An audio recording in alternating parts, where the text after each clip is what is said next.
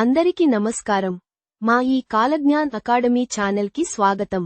మీకు సబ్జెక్టు ప్రకారము మరియు టాపిక్ ప్రకారము క్రింద డిస్క్రిప్షన్లో మా కాలజ్ఞాన్ హ్యాష్ ట్యాగ్లు ఇస్తున్నాము. వాటి ప్రకారం మీరు ఏ వీడియోలు చూడాలని అనుకుంటే ఆ వీడియోలు చూడవచ్చు.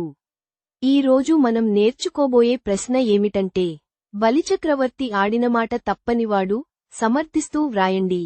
ఈ ప్రశ్నని జూన్ 2016లో అడిగాడు.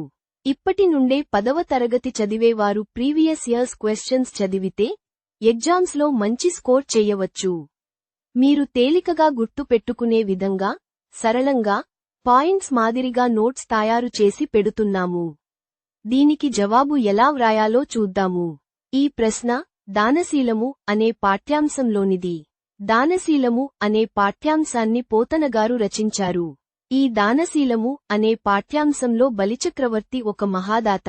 అతడు దానం చేయడంలో ఎవరికీ తీసిపోడు.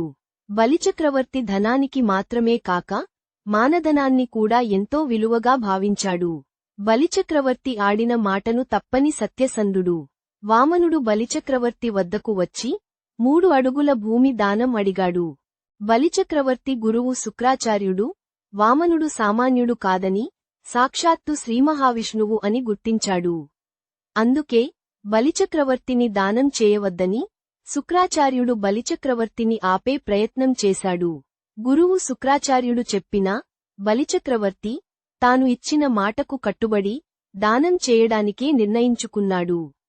రాజ్యం పోయినా, సంపద పోయినా, చివరకు ప్రాణాలే పోయినా ఆడిన మాటను తప్పలేదు.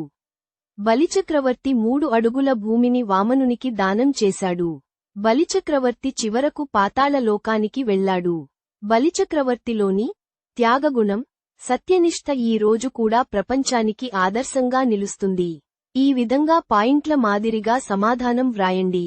మా కాలజ్ఞాన్ అకాడమీలో మీకు ప్రతిదీ చాలా వివరంగా వివరించడం జరుగుతుంది. మేము శ్రీ కాలజ్ఞాన్ ప్లే స్కూల్ని ప్రారంభించాము. ప్రారంభోత్సవ కానుకగా ఫీజులో 50% డిస్కౌంట్ ఇస్తున్నాము. హయాత్నగర్లో మీకు తెలిసిన వారు ఎవరైనా ఉంటే మా స్కూల్ని రెఫర్ చేయవలసినదిగా ప్రార్థిస్తున్నాము. మీకు ఈ వీడియో నచ్చినట్లయితే మా ఈ ఛానల్ని లైక్ చేసి సబ్స్క్రైబ్ చేసుకుని ఇతరులకి షేర్ చేయగలరు. ధన్యవాదములు.